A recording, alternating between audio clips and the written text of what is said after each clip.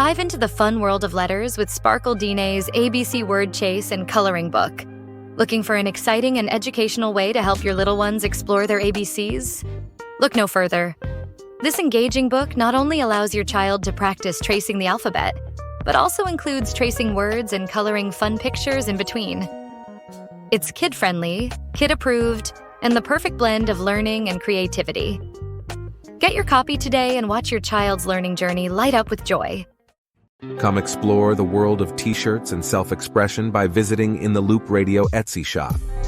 No matter what type of person you are, a trendsetter or a free spirit, our varied selection of t-shirts is made to complement your unique style. Shopping at In the Loop Radio isn't just about finding exceptional goods.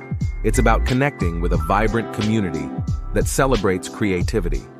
So, don't hesitate to visit us, and let your next stop be your best stop at In the Loop Radio Etsy shop. Looking for custom products with a flair? Then stop by our new Etsy shop at Fit So Flawless Customs. Our curated collection features a diverse array of handcrafted treasures that add a touch of uniqueness to your life. Whether you're searching for the perfect gift or looking to treat yourself to something new, we got you covered. So don't be shy. Give us a try at Fit So Flawless, where you will find your fit. Hey everyone, and welcome back to the LifeScope channel. On your way in, be sure to like, share, definitely subscribe, and support the channel. It's always appreciated. So I want to talk about Caleb Wilson, the 20-year-old mechanical engineering junior at Southern University, who tragically died on February 27th. Now, recently, new information has come out regarding his death, and this Friday, they will be honoring the young man's life at the F.G. Clark Activity Center on Southern University's campus. I really want to thank you all for the love y'all gave my son. Loved ones remember a local student whose death raises questions about hazing and the potential consequences. Tonight, Caleb Wilson's impact shines through the many lives he touched, with services across Louisiana, including in his hometown of Kenner. Good evening once again. I'm John Snell. And I'm Meg Gatto. 20-year-old Caleb Wilson died in Baton Rouge after a source says he was hit in the chest during a hazing ritual. Jacob Bradford shows us how his church in Kenner celebrated his life. Well, Meg and John, parishioners brought large pictures of Caleb Wilson and honored his passion of music tonight. We spoke to the pastor at Pilgrim Baptist Church, who says his own son was very close to Caleb and says he will miss seeing the young man around. At Pilgrim Baptist Church, Caleb Wilson's passion for music shone through. The 20-year-old Kenner native was a member of the Southern University Human Jukebox Marching Band and studied mechanical engineering. The church's pastor says Caleb's family history runs deep through its halls. Caleb grew up in this church from a baby. He was baptized here, so he's been a member all of his life. As a matter of fact, his entire family, his father and his mother, grandfather, who was a former pastor of this church for 44 years. Pastor Mitchell Stevens says when Caleb was home from college, he would normally bring his trumpet with him to the church. He played his trumpet, and so many times when he was in from college, he would play for one of our worship services. But, you know, just seeing him around. So he was always at my house, or my son was at his house. So just missing the closeness of our families. His mother and father were both surrounded by hugs and love. We need some healing, just loving up on each other, showing some fellowship with each other. Last week, Caleb died after what is being investigated as a hazing incident, allegedly at a warehouse off campus. He died after a source says fraternity members struck him in the chest, causing him to collapse and have a seizure. But his pastor says Caleb's light still shines bright, even though he is not here physically anymore. Actually, I'm theming tonight as a bright light, and he was a bright light to this church, this community. So, you know, just an all-around good guy. And before coming to the prayer service in Kenner, Caleb's parents attended a vigil at Southern University. His father says Caleb really loved the Human Jukebox Band. When they allowed us to go into his apartment, his uniform was laid out and ready for this Mardi Gras season. He knew. He said, we're going to get to Alligator. We're going to get Jackson State, and anybody get in our way this week. He was ready. His father thanked the Human Jukebox for the support they showed Caleb, and friends gave Caleb the nickname Cheese because of his smile and how he made others smile too. John? Thanks, Jacob. The warehouse where Wilson allegedly collapsed is co-rented by a Baton Rouge councilman. Sources say at least 9 pledges were in line at the building when Wilson was struck in the chest. The East Baton Rouge Parish Councilman Cleve Dunn Jr. says he learned about the warehouse's involvement when our sister station, WAFB, started asking questions. His business associate, Todd Smith, says that his son is an Omega. The DA says charges against someone are likely. Depending on what the autopsy reflects or comes back and all the other witness statements, possibilities of negligent homicide, manslaughter, as opposed to just the hazing death.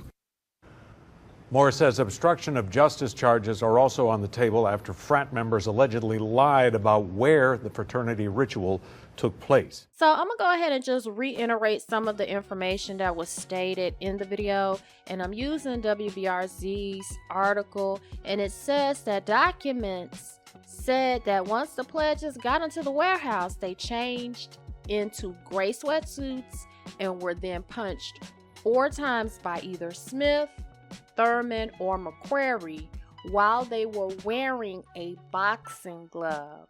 The group was allegedly split into 2 groups, with Thurman hitting half and McQuarrie hitting the others, but they noted that Smith hit at least 1 pledge.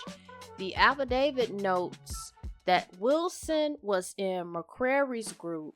After he was hit the 4th time, he collapsed, had a seizure, and became unresponsive. So it sounds like to me that they were hitting them in the chest. I mean, I could only assume that they wouldn't necessarily try to hit them in the stomach. So if you're hitting them in the chest, you don't know what kind of heart issues a person may have, and that boy literally could have had something going on with his heart that was just not known to them, and then they're doing this very abrasive, very violent type of hazing, thinking everything is going to be all right, but he hit him for the 4th time, and the young guy just collapsed, and then he had a seizure. So they reportedly loaded his body into Smith's vehicle around 2:40 a.m., took him to the hospital. Now, the affidavit notes that Smith removed Wilson from the vehicle. The men told medical professionals that Wilson collapsed during a game of basketball at Bricks North Sherwood Park. So they lied to the medical professionals, making it seem like he just died of a form of natural causes, or he died without any type of foul play. Doctors said Wilson was only wearing socks and black sweatpants when he was dropped off. The coroner told police that there were no signs of trauma to Wilson's body in an initial examination, but an autopsy showed a small bruise on the right side of his chest. In the aftermath of Wilson's death, Southern University officials have paused all membership intake activities for students. So it's really unfortunate that due to this incident that caused Wilson's death, now the school has to shut down all of the clubs, all of the type of fraternities. And I'm wondering, does that extend to the rest of the clubs, like math clubs and glee clubs, anything like that? Or is it just specifically to the Greek organization type of clubs? Funeral arrangements have been set for Southern University student Caleb Wilson, who died 2 weeks ago during a hazing ritual. Remembrances began Friday, March 14th. Well, they will begin March 14th with the visitation and candlelight vigil on campus.